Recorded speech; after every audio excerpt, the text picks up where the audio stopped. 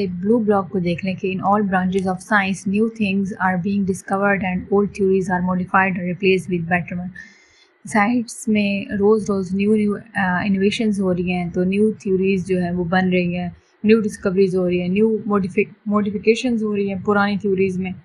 आपने केमिस्ट्री में देखा होगा कि एटम का मॉडल कैसे पहले किसने कहा था, फिर बाद में बोहर, रदरफोर्ड, इन्होंने कौन सा काम किया। तो न्यू आइडेंटिफिकेशन, न्यू इनोवेशंस हो रही हैं। आज हम स्टार्ट करेंगे साइंटिफिक मेथड। साइंटिफिक मेथड क्या होता है? हर साइंस की आपने डेफिनेशन पढ़ती है कि a knowledge that is based upon ideas, observations, facts, experimentations. तो साइंस में जो भी कोई मसले निकल आते हैं, कोई भी प्रॉब्लम होती है तो उसको सॉल्व किया जाता है, कोई इश्यूज़ होते हैं सॉल्व होते हैं। साइंटिस्ट को ज़ाहिर है, साइंटिस्ट हैं, हर वक्त सोचते रहते हैं, ऑब्ज़र्व करते रहते हैं, तो हर प्रॉब्लम का सलूशन वो ढूंढते हैं। तो साइंटिस्ट टेक्स स्पेसिफिक स्टेप्स, तो कुछ वो स्टेप्स उठाते हैं, कुछ वो स्टेप्स लेते हैं साइंटिस्ट जब भी कोई प्रॉब्लम उन्हें आ जाए और वो सोल्यूशन की तरफ जा रहे होते हैं उसको सॉल्व करने, तो वो कुछ स्टेप्स लेते हैं। साइंटिस्ट एक तो work together doing scientific work का रिसर्च, जब वो उन्हें मसला तब होता है जब कोई ना कोई रिसर्च कर रहे होते हैं या कोई साइंटिफिक वर्क कर रहे होते हैं, तो कोई ना कोई मसला निकला तो उसको स्टेप्स को उस मेथड के ज़रिए यूज़ करते हैं, उसको मसले का हल के लिए कुछ ख़ास स्टेप्स यूज़ करते हैं, और वो जो मेथड होता है उसको साइंटिफिक मेथड कहते हैं। अगर तो बायोलॉजिस्ट इस मसले को हल कर रहे हैं, इस मसले को देख रहे हैं, तो वो तो बायोलॉजिकल मेथड फिर होगा। अगर साइंस में कोई मसला है, साइंस में कोई प्रॉब्लम्स अराइज हो गई हैं, साइंस में कोई रिसर्च हो रही है, उसमें कोई मसले निकल आए, तो वो जो मेथड यूज़ होगा वो साइंटिफिक मेथड होगा। और अगर बायो वाली फील्ड में बायोलॉजिकल रिसर्च में कोई मसले निकल आए तो उनके लिए जो स्टेप्स यूज़ हो गए वो बायोलॉजिकल मेथड होगा। कुछ स्टेप्स हैं नीचे, रिकॉग्निशन ऑफ साइंटिफिक प्रॉब्लम, वो जो मसला है उसकी रिकॉग्निशन करना, उसकी पहचान करना, और दूसरा है ऑब्जर्वेशन, तीसरा है हिपोथेसिस, चौथा डिडक्शन, एक्सपेरिमेंट्स और रिजल्ट्स। रिकॉग्निशन का मतलब है रिकॉग्निशन ऑफ प्रॉब्लम पहला स्टेप है साइंटिफिक मेथड में, और इसमें हम वो जो मसला है उसको पहले हम शिनाख्त करते हैं, आइडेंटिफाई करते हैं, डिफ़ाइन करते हैं उस साइंटिफिक प्रॉब्लम को that scientist want to investigate, जिसको इन्वेस्टिगेट करना हो, पहले उसको आइडेंटिफाई करते हैं। कहीं भी अगर कोई एक्सीडेंट हो जाए तो उस बंदे को आइडेंटिफाई करते हैं, कैसे उसका शनाख्ती कार्ड चेक करते हैं, पहले इन्वेस्टिगेट करते हैं। Such problem is either asked by someone और come in biological mind, biologist mind में भी ये आ सकती हैं, किसी बायोलॉजिस्ट के माइंड में भी ये आ सकते हैं, या वैसे खुद ब खुद भी अराइज हो सकती हैं, खुद ब खुद अराइज हो सकती हैं, या बायोलॉजिस्ट के माइंड में आ सकती हैं। तो ऐसी प्रॉब्लम्स को हम रिकॉग्निशन ऑफ प्रॉब्लम वाले स्टेप में पढ़ते हैं। For example biologist notice that plant in an area are growing taller than usual. अब प्लांट जो है एक एरिया में, बायोलॉजिस्ट सोच रहे हैं कि एक एरिया में, एक इलाके में प्लांट ज़्यादा लंबे टाल ग्रो कर रहे हैं, तो यहाँ पे ये आइडेंटिफाई करेंगे कि ऐसी वजह क्या है, what factors are responsible for increase growth of this plants. This problem become the starting point of scientific inquiry. Scientific inquiry में बायोलॉजिकल मेथड में पहला स्टेप आया है ऑब्जर्वेशंस का। उन्होंने ऑब्जर्व किया कि ये जो ट्रीज इतने टॉल बढ़ रहे हैं तो पीछे वजह क्या है, वो फैक्टर्स क्या हैं, what factors are responsible.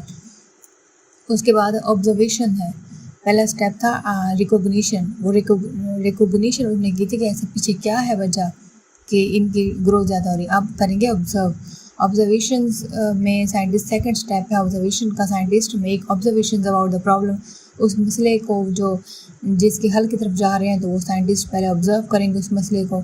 5 senses use करेंगे ऑब्जर्व करने के लिए, देखेंगे, सोचेंगे, they are read and study, पढ़ेंगे, स्टडीज़, मज़ीद रिसर्च करेंगे इसके ऊपर, सेम या रिलेटेड प्रॉब्लम या इस जैसी कोई मसले हुए हैं तो उसके ऊपर वो करेंगे। ऑब्जर्वेशन 2 किस्म के होते हैं, यहाँ पे आप हेडिंग कर लें, टाइप्स ऑफ ऑब्जर्वेशन के। एक होती है क्वालिटेटिव ऑब्जर्वेशन, एक होती है क्वांटिटेटिव। ज़्यादा बेस्ट क्वांटिटेटिव होती है। क्वालिटी में हम सिर्फ कलर चेक करते हैं या टेक्सचर ऑफ फ्लावर चेक करते हैं, इसको मेजर नहीं कर सकते, लेकिन क्वांटिटेटिव नंबर्स में होती है, वैल्यूज़ में होती है, हम इसको मेजर कर सकते हैं। फॉर एग्जांपल कि कितने परिंदे, एक दरख्त पे कितने परिंदे बैठे हैं, तो ये क्वांटिटेटिव है, क्वांटिटेटिव अमाउंट वाली होती है। इन्वॉल्व मेजरमेंट्स और न्यूमेरिकल डेटा, वो वैल्यूज़ होती हैं जो कि एक्सप्रेस होती हैं in terms of quantity में। For example number of birds in tree. Quantitative observations are more accurate. Quantitative observation ज़्यादा सही होती हैं than qualitative, because quantitative observation are invariable, ये चेंज नहीं हो सकती, ये मेजरेबल, इनको हम चेक कर सकते हैं। अच्छा, इनवेरिएबल का मतलब है चेंज नहीं हो सकती, और वेरिएबल का मतलब है चेंज हो सकती है। And can be recorded in terms of number, और इनको हम वैल्यूज़ की सूरत में, नंबर्स की सूरत में भी रिकॉर्ड कर सकते हैं। हाइपोथेसिस क्या चीज़ है? हाइपोथेसिस यहाँ पे ब्लू ब्लॉक में एक डेफिनेशन है। Information is also gathered by reading books. Hypothesis एक किस्म की इंफॉर्मेशन है, उस मसले का आंसर है, ये गैदर की जाती है, चेक की जाती है रीडिंग बुक्स से। It helps to understand existing knowledge and formulate a hypothesis. तो यहाँ पे साइट पे एक ऐसी इंफॉर्मेशन है जो कि हमें पता होनी चाहिए हाइपोथेसिस की डेफिनेशन भी आप ये लिख सकते हो। असल में जो ऑब्जर्वेशंस के बाद जो स्टेप है वो हाइपोथेसिस का है। ऑब्जर्वेशन को बुनियाद बना के आप हाइपोथेसिस निकालते हैं। On the basis of observations scientist develop a statement. Observation के बेस के ऊपर एक स्टेटमेंट बताते हैं, एक आंसर बताते हैं उस साइंटिफिक मसले का अंडर स्टडी करके। Such tentative answer of scientific problem is called hypothesis. ऐसे टेंटेटिव एक आंसर को साइंटिस्ट कहते हैं hypothesis.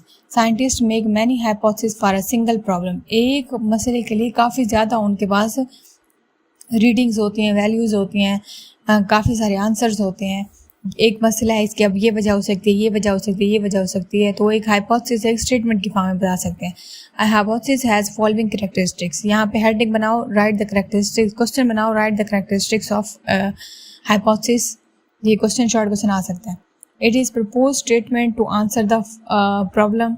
It always match with available observations. It can be tested through experiments. There is always way to disprove the hypothesis. अब hypothesis जो है वो permanent नहीं होती है, आर्जी होती है, कभी भी चेंज हो सकती है। इसको एक्सपेरिमेंट के थ्रू भी टेस्ट किया जा सकता है, और इसके जो रिजल्ट्स होते हैं it always match with available observations. जो ऑब्जर्वेशन है उसके साथ ये मिलती जुलती होती है, क्योंकि आपको पता है, अभी आपने पढ़ा है कि बेस ऑब्जर्वेशंस की बेस ही हाइपोथेसिस है। उसके बाद है डिडक्शंस। डिडक्शन क्या चीज़ है? Scientist develop logical results. अब रिजल्ट्स हैं और पीछे लॉजिक है, पीछे एक ख़ास वजह है, सबूत है कि हाँ ये जो हुआ है इस वजह से हुआ है, सबूत, logical results from their hypothesis. Such logical results of hypothesis are called deductions. Question है what is deduction, short question आ सकता है। तो साइंटिस्ट ये तो पहली दो लाइनों पे है, वैसे ये लॉन्ग क्वेश्चन आता होता है। Usually deductions follow the pattern of if then statement. Scientists assume that if hypothesis is true, then what might be the result? अगर हाइपोथेसिस डिडक्शन के बाद पता चल गया कि अगर तो वो हाइपोथेसिस ठीक थी, तो अब इसके रिजल्ट्स क्या होंगे, क्या पॉसिबल रिजल्ट्स होने चाहिए, वो जो मसले के ऊपर, जो मसले का हमें हल मिला है, अब उसके पॉसिबल रिजल्ट्स क्या होने चाहिए। फॉर एग्जाम्पल, एक हाइपोथेसिस है leaf discoloration and stunted growth in a plant are caused by deficiency of iron in the soil. एक मसला था ये कि लीफ की जो है कलर क्यों चेंज हुआ है और या इनकी ग्रोथ क्यों रुक गई है।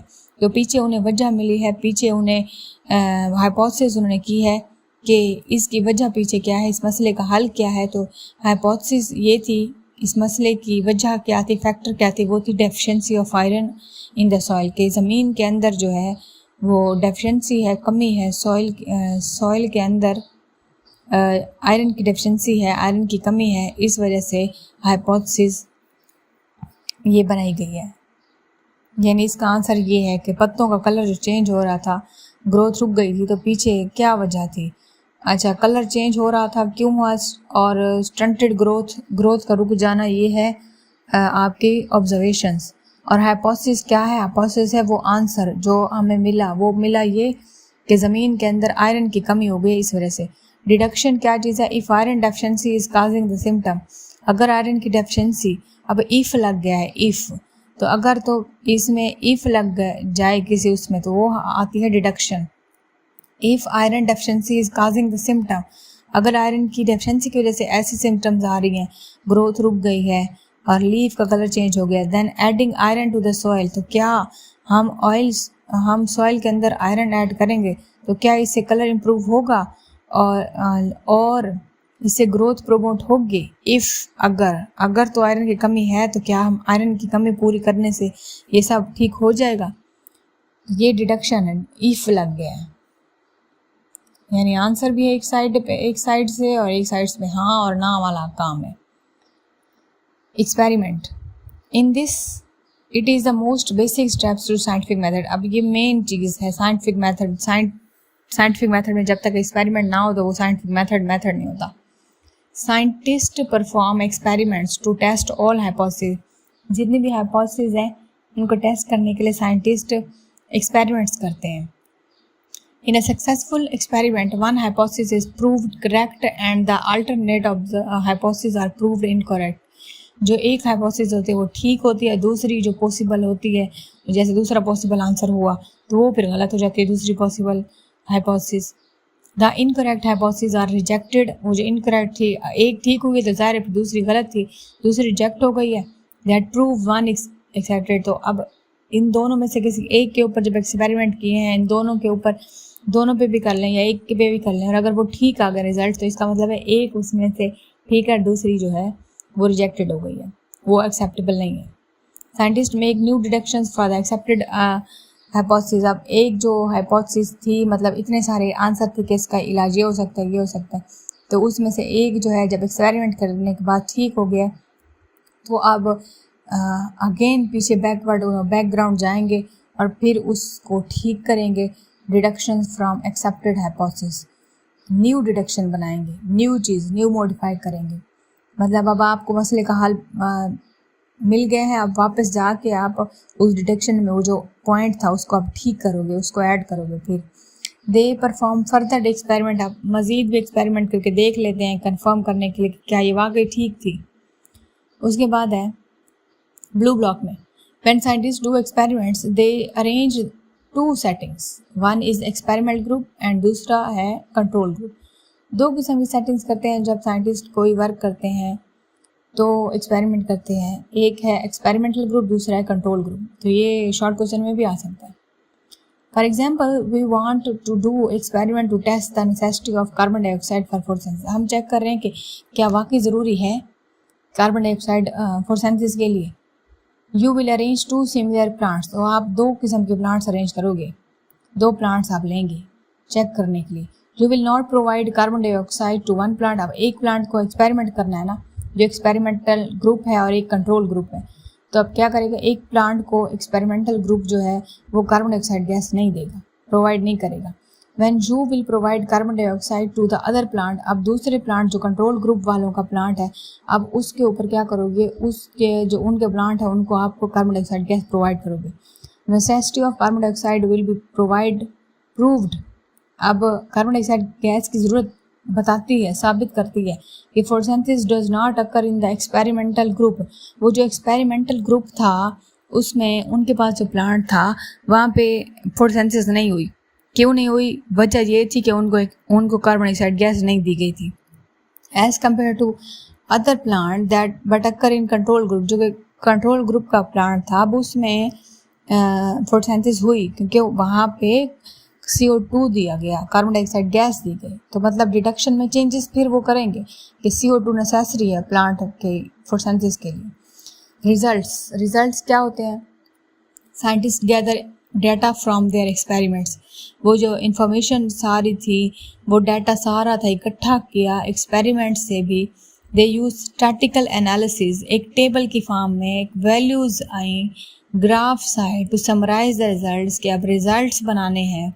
साइंटिस्ट ऑल्सो इंक्लूड, जिस तरह आपका रिजल्ट आता है, आपके मार्क्स, आपके कौन से सब्जेक्ट से कौन कौन से मार्क्स, कौन कौन सब्जेक्ट ने कितने कितने मार्क्स दिए, तो वो एक रिजल्ट शीट की फॉर्म में आपके वैल्यूज़ रखे होते हैं रिजल्ट कार्ड के ऊपर, तो उसको रिजल्ट्स कहते हैं। Scientist also include a list of all references in the summary to acknowledge the source of information.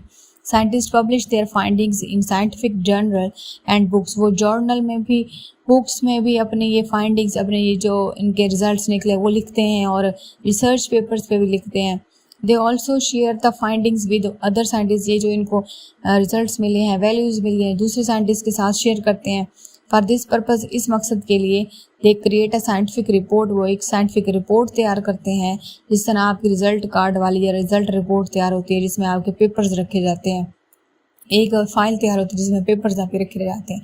तो साइंटिस्ट की भी बिल्कुल ऐसे ही एक्सपेरिमेंट के बाद फाइंडिंग वैल्यूज़ के बाद जो टेबल आई है उसके पीछे फिर वो एक फाइल टाइप यानी साइंटिफिक रिपोर्ट बनाते हैं और presentation in national and international meetings and seminars में इंटरनेशनल मीटिंग्स में वो इन फाइल को इस रिपोर्ट्स को रखते हैं जिनके ऊपर वो कर चुके हैं एक्सपेरिमेंट कर चुके हैं। और जो स्टार्टिंग इब्तदा कहाँ से होती ये हुई थी आइडेंटिफिकेशन से। और इसमें आज आपने क्या पढ़ा, आज आपने पढ़ा है साइंटिफिक मेथड क्या होता है। उसमें पहली 2 लाइनें एक डेफिनेशन थी, उसके बाद दूसरी जो लाइन थी वहाँ से बायोलॉजिकल मेथड आया है, उसके बाद स्टेप्स आए हैं। स्टेप्स कौन कौन से होते हैं, स्टेप्स आपने पढ़े फर्स्ट वाला ऑब्जर्वेशन, आइडेंटिफिकेशन ऑफ प्रॉब्लम पढ़ा आपने, फिर उसमें 5 सेंसेस आपने यूज़ किए, फिर आपकी डिडक्शंस आई, हाइपोथेसिस आई, रिजल्ट्स आए। तो ये सारे मिल के आपका पूरा एक साइंटिफिक मेथड, एक बायोलॉजिकल मेथड बना रहे हैं। ये लॉन्ग क्वेश्चन आ सकता है, ठीक है, कोई बात समझ रहा है ज़रूर पूछिएगा आराम से, और आपने एक एक वर्ड पे फोकस करके याद करना है। थैंक यू सो मच, अल्लाह हाफिज़।